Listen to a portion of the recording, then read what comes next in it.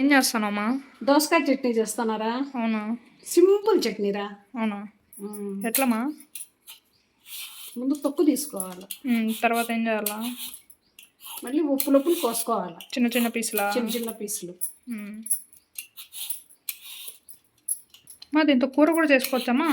పప్పు చేసుకోవచ్చు, చట్నీలు చేసుకోవచ్చు, సాంబార్ చేసుకోవచ్చు, అన్ని విధాలు అది ఆరోగ్యానికైనా మంచిదే. అంటే అందరూ చేస్తా అన్నారు, కాకపోతే వాళ్ళ టేస్ట్ వాళ్లకు, మన టేస్ట్ మంది. మా ఈరోజు నీ స్టైల్లో చేయమా? చేస్తారా?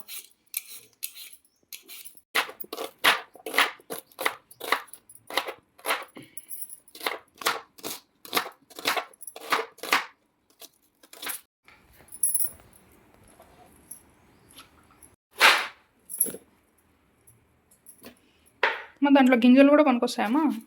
గింజలు వేయరు దీంట్లో.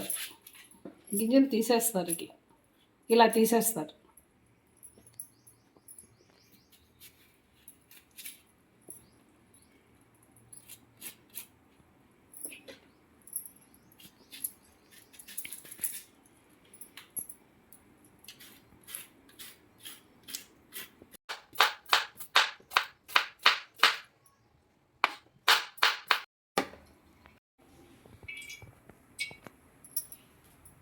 నీకు ఇవేనా అమ్మ కావాల్సింది? ఇవే తర్వాత చట్నీకి ఇవే కావాల్సింది. పొట్టిమిరపకాయలు వేయించుకోవాలి.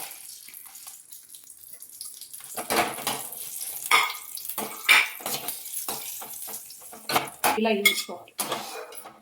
అంటే ఫస్ట్ దీన్ని వేయించుకొని పెట్టుకోవాలి మనం. వేయించుకొని వేసుకోవాలి. తర్వాత ఎర్రగడ్డలు. దీనికి పోపు వేయరమ్మా? అవసరం లేదు. దీనికి అవసరం లేదా? అవసరం లేదు. అన్ని నూనెలోనే వేయించేస్తున్నాం కాబట్టి అవసరం లేదు.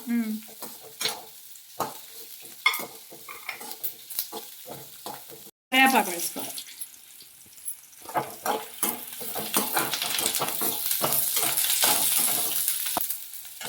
జీలకర్ర వేసుకోవాలి.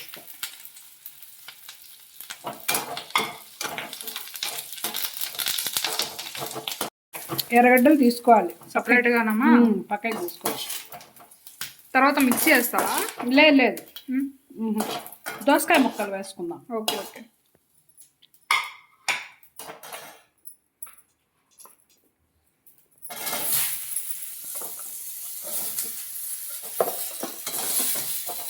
దీన్ని బాగా ఎర్రగా వేగేంత వరకు కాల్చుకోవాలా?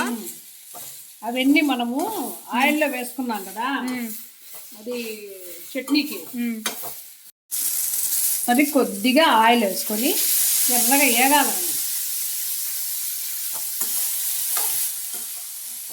వేగాలి. మూత పెట్టేసుకొని సిమ్లో పెట్టుకుందాం.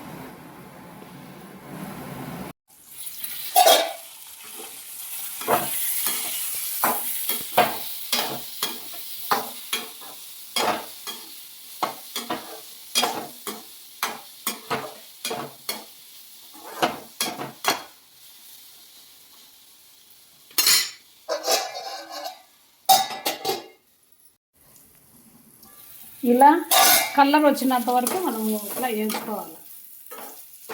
వేగిపోయినాయి,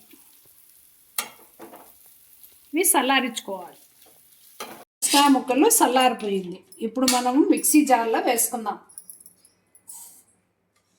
పచ్చిమిరపకాయలు అంటే నువ్వు ఏంచి పెట్టుకునేట్టు వేస్తున్నావా? పచ్చిమిరపకాయలు, తర్వాత చింతపండు, తర్వాత ఎర్రగడ్డలు కాదు, దోసకాయ ముక్కలు. మనం వేయించుకున్న దోసకాయ ముక్కల్ని మిక్సీలో వేసుకోవాలి. అంటే ఉప్పు వేసి దోసకాయ ముక్కలు, పొట్టిమిరపకాయలు, చింతపండు వేసుకొని మనం గ్రైండ్ చేసుకుందాం.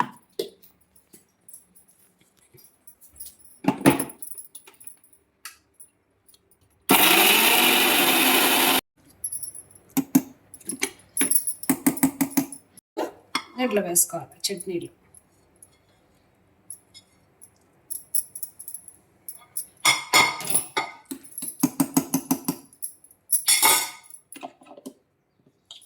ఒక తిప్పుకుందాం.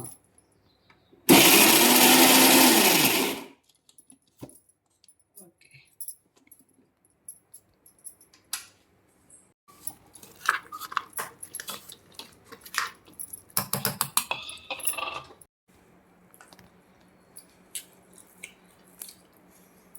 చట్నీ బాగుంది.